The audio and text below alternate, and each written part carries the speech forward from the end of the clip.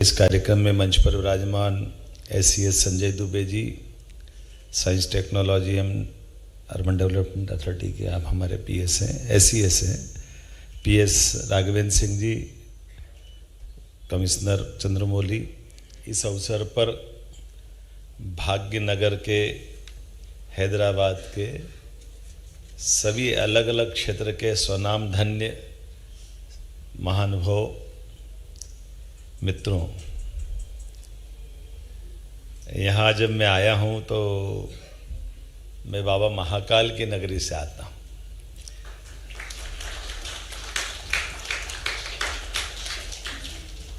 और यहाँ महालक्ष्मी की अलग अनंत कृपा है। वैसे तो मैं हीरा प्रदेश से भी आता हूँ। हमारे राज्य में, पूरे देश में एकमात्र राज्य प्रदेश है जहाँ हीरा निकलता है। और मोती आपके पास है तो हीरे मोती की जोड़ी भी हमेशा कभी भी जोड़ के ही बोली जाती। ये अलग अलग करके नहीं देखी जा सकती। और आप सबकी भी मैं दिल से मध्य प्रदेश की ऊर्जा, संभावना, संकल्प लेकर आपका स्वागत करने भी आया हूँ कि मुझे मालूम है कि जिनसे मैं बात कर रहा हूँ वो स्वनाम धन्य अलग अलग क्षेत्र की अपनी अपनी बड़ी हस्तियाँ भी है, जो सभी दौर के, सभी समय में, सभी व्यवस्थाओं के अनुभवी भी है। और जब देश की तरफ देखने का मौका मिलता है कि ऐसा कौन सा नगर है जो समय के पहले देख ले, तो ध्यान में आता कि ऐसे नगरों में एक ही नगर हैदराबाद है जो आने वाले समय को पहले पकड़ लेता है, पहले से निगाह में रख कर के आने वाले समय के संकल्प लेके आगे बढ़ता है।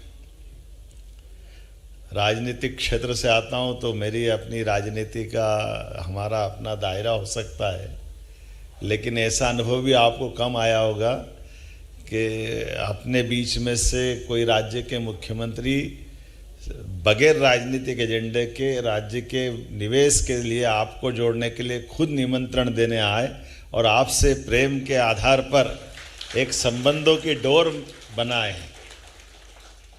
मैं अपने विभागों के सारे अधिकारियों का भी अभिनंदन करता हूं और ये खुले मंच से स्वीकार भी करता हूं कि यशस्वी प्रधानमंत्री का ये जो शासन का समय चल रहा है, मैं तो क्या आप सब जानते और आप तो क्या दुनिया जानती है।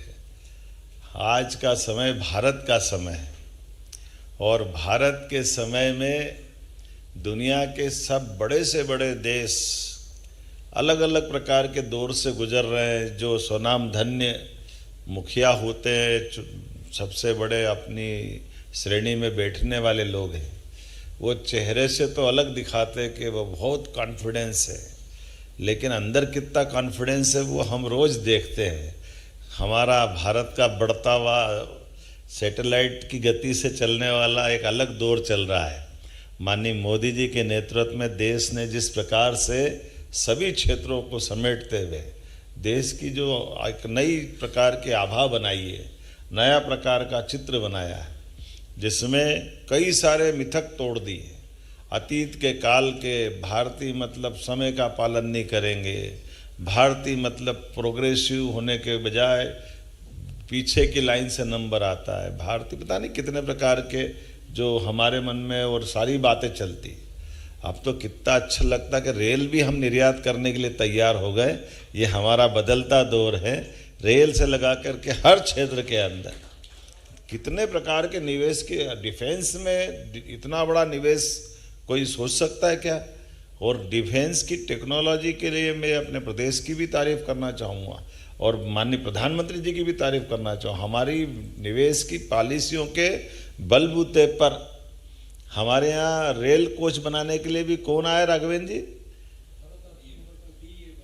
है ना? तो ये अब आप बताओ, रेल कोच बनाने के लिए 1800 करोड़ की फैक्ट्री मध्य प्रदेश में लगा रहा है, यहाँ से चल करके हमारे पास आ रहा है।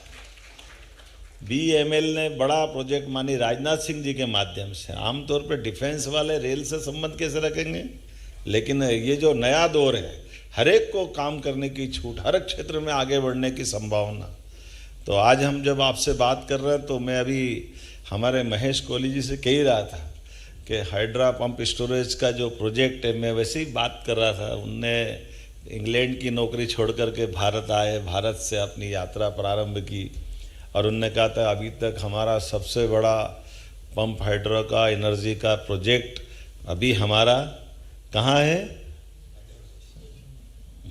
नहीं, अभी कहाँ चल रहा है? आंध्रा में चल रहा है। और इसको बनाने में कितना साल लगा था? 4 साल लगा था। और जो नीमच में बना रहा है वो इससे बड़ा भी है, और ये विदेश में बनता तो 8-10 साल लगते। ये 2 साल में मध्य प्रदेश में बना रहा है, ये इतने में पर्याप्त हो जाएगा। और ये मैं आपको इसलिए कह रहा हूँ कि इससे जुड़ी हुई एक बड़ी जोरदार रोचक बात भी बताता हूँ। कभी कभी क्या होता कि पॉलिसियाँ तो लिखी होगी चाहे जो, ये भी है छूट देंगे, वो भी बात करेंगे, बिल्कुल सही कहा। मैं आपका सुधाकर आप हमारे माननीय जयदेव जी का धन्यवाद देना चाहूँगा कि आपने जो बात कही बिल्कुल सही बात है। ये तो हमने सारी बातों को करने के लिए अपने पावर सारे अधिकारियों को दे के रखे ही हैं कि आखिर हमने कोई कमिटमेंट किया है तो कमिटमेंट को तुरंत पूरा कराना चाहिए। लेकिन वो तो लिखित में है, उसको करना है तो वो उनके दायरे में करेंगे। अब जो बगैर लिखा हुआ वो कैसे होना चाहिए? तो जैसे इनका विषय आया तो इनने कहा कि हम इस पर और तेज़ी से काम कर सकते हैं। तो पंप हाइड्रा के लिए, जो पंप स्टोरेज के लिए जो नीचे चंबल का पानी है, वो राजस्थान सरकार और मध्य प्रदेश दोनों के बीच का डैम है, और ये पानी निकल करके मध्य प्रदेश से सीधा राजस्थान में जाता है। तो राजस्थान वाले पानी को हाथ नहीं लगाने देते हैं, क्योंकि वो पानी का विषय तो ऐसे ही रहता है। तो गर्मी के दिन में पानी निकाल देंगे तो बाद में फिर कष्ट आ जाएगा।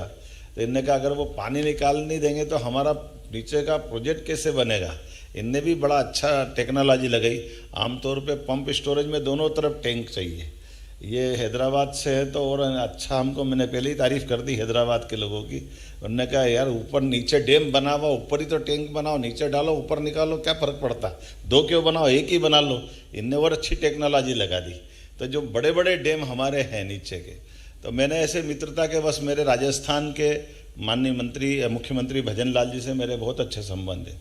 ये केवल इसलिए बता रहा हूँ कि माननीय मोदी जी के नेतृत्व में कितने बड़े बड़े काम हो रहे हैं। हमारी सबकी राज्यों की भावना भी बदल गई कि आखिर राजस्थान, मध्य प्रदेश, उत्तर प्रदेश जैसे कर्नाटक, तमिलनाडु, आंध्र, ये भाई भाई तो है।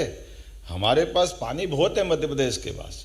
तो मध्य प्रदेश का पानी राजस्थान में जाए तो 20-25 साल से मुकदमा चल रहा था। पार्वती, काली सिंध, चंबल का, इधर का पानी ज़्यादा क्यों ले ले, कम क्यों ले ले, इसी बात का झगड़ा।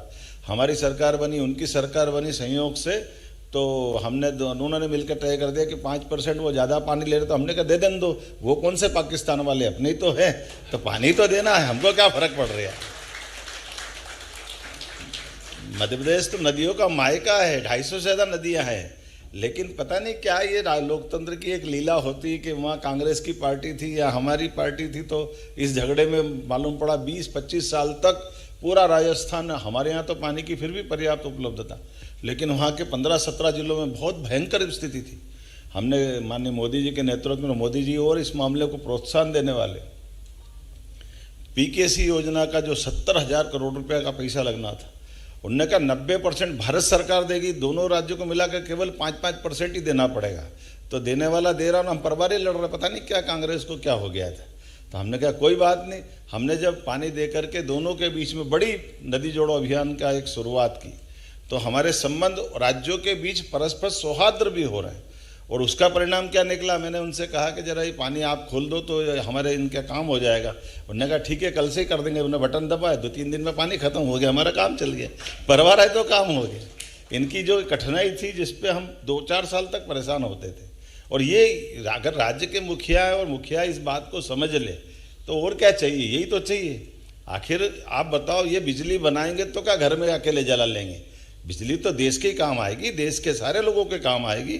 और ये आजकल तो रिन्यूएबल एनर्जी का ही तो ज़माना है, जिसके माध्यम से आप कार्बन क्रेडिट अलग लोगे कि नहीं लोगे, वो लेना भी चाहिए। आज के इस दौर में जितने प्रकार से लाभ ले सकते हैं, सरकार का मतलब सरकार के साथ, हमारी व्यवस्थाओं के साथ देश के स्वाभिमान के साथ जोड़ने का महत्व है। और देश के स्वाभिमान से दुनिया के सामने देश सिर तान करके सबके सामने खड़ा होता है। हमें इस बात का गर्व है, मोदी जी के नेतृत्व में अब देश बदल रहा है। आज का ये दौर इस बात के लिए बुला रहा है। इसलिए किसी भी राज्य में जा रहा हूं तो मैं हर जगह यही कहता हूं कि आप यहां भी काम करिए, हमारे यहां भी काम करिए। यहाँ काम करने और मैं आपको निमंत्रण देने का मतलब आया कि यहाँ ताला लगा दो और वहाँ आ जाओ, ऐसा नहीं है। आप जहाँ भी हैं उस काम को बढ़ाते जाइए। काम को बढ़ाने के लिए परमात्मा ने आपको मौका दिया और हमने आपको निमंत्रण दिया। और इसके मतलब क्या है? इसका मतलब है कि आज हमारे परमात्मा ने हम सबको क्षमता योग्यता दी और कर्मवाद के आधार पर हमारे काम को बढ़ाना, आपके काम के बढ़ाने मतलब कई गरीब लोगों के घर में उनके लिए उनको समृद्ध करना भी है, उनकी गरीबी दूर करना भी है, भारत को समृद्ध करना ताकि भारत की सनातन संस्कृति से दुनिया का परिचय कराना, दुनिया के सामने हमारी अपने क्षमतावान लोग, नहीं तो हमारे इन सारी व्यवस्थाओं के मतलब क्या रह जाएंगे। तो ऐसे समय में मुख्यमंत्री का मतलब केवल राजनीतिक कार्यक्रम के लिए नहीं आना चाहिए, उसको राज्य राज्य में जाकर के परस्पर दोनों राज्यों के संबंध अच्छे बने, दो नगरों के संबंध अच्छे बने, व्यापार व्यवसाय को बढ़ाने के लिए सब प्रकार की बातें आए। ये 18 पॉलिसियाँ हमारे विभाग के द्वारा जारी की है। उन पॉलिसियों पे तो काम होगा ही सही, उसके अलावा भी मुख्यमंत्री बैठ करके इस बात की गारंटी दे कि ये लिखा हुआ तो अपनी जगह, इसको बगैर लिखे में भी हम बैठे हैं, आपको क्या चाहिए वो सब देंगे, आप भी आगे बढ़ो, हमारा राज्य भी आगे बढ़े, हम और आप सब मिलकर देश को आगे बढ़ाएं। आज इसी बात की आवश्यकता है। तो अब भाषण तो बहुत हो गए, बात भी सारी आ गई। कितना अच्छा लगता है जब हमसे जिन जिन के संबंध आए उन्होंने सबसे मध्य प्रदेश के साथ जुड़े हुए संबंधों की तारीफ भी की। और जब हमारी सरकार को, नवगठित सरकार को माननीय मोदी जी के नेतृत्व में लगभग 2 साल होने आए, हमने ये साल तो उद्योग रोजगार वर्ष का ही डिक्लेयर किया था। इसलिए सभी सेक्टर में समान रूप से, कुछ तो हमने टूरिज्म के और बाकी अधिकारी बुलाए नहीं थे, हमने कहा हमारी यहाँ इसकी फिल्म दिखा करके काम चला लें, क्योंकि जितने सारे क्षेत्र हैं इतनी प्रकार की व्यवस्था बना दी है कि अब हमारे अधिकारी भी आधे टाइम तो बेचारे वो बोल बोल के ही सारी बात की अपनी कहानी सुनाते रहते हैं। लेकिन मैं जानता हूं कि होशियार लोगों को इतना थोड़ी सुनना पड़ता है। आप तो उड़ती चिड़िया के पंख गिनने वाले हो, किधर किधर प्रॉफिट है उधर उधर चलना है, उसमें क्या गलत है? क्योंकि आपको इस हाथ कंगन को आरसी क्या, पढ़े लिखे को फारसी क्या, अब आपने भी दुनिया देखी है। तो मैं तो केवल आपसे इतना ही कहने आया हूँ कि यहाँ के लोग जब मोती पहचान लेते तो आदमी तो पहचान ही लेते होंगे, इसमें क्या दिक्कत है। आज के इस अवसर पर मेरी अपनी ओर से राज्य सरकार के द्वारा इस सत्र में आपका अभिनंदन है। और ये बात तय है कि परमात्मा की दया से हम सबको ये यशस्वी प्रधानमंत्री के नेतृत्व में विकास के लिए अलग अलग सेक्टर में बड़ी संभावना है। मध्य प्रदेश में सभी क्षेत्र में समान रूप से संभावना है। आप जिस क्षेत्र में काम कर रहे हो उसमें भी करें, आपके परिवार के अंदर और संभावना मिल रही, मित्रों के अंदर संभावना मिल रही, उनको जोड़ करके भी सभी सेक्टर में सभी सरकार की व्यवस्थाओं के लिए मध्य प्रदेश सरकार आपका पलक पावड़े बिछा करके स्वागत करती है। एक बार फिर यहाँ के राज्य के लिए भी और वहाँ के लिए भी दोनों प्रकार से मेरी शुभकामना, बधाई।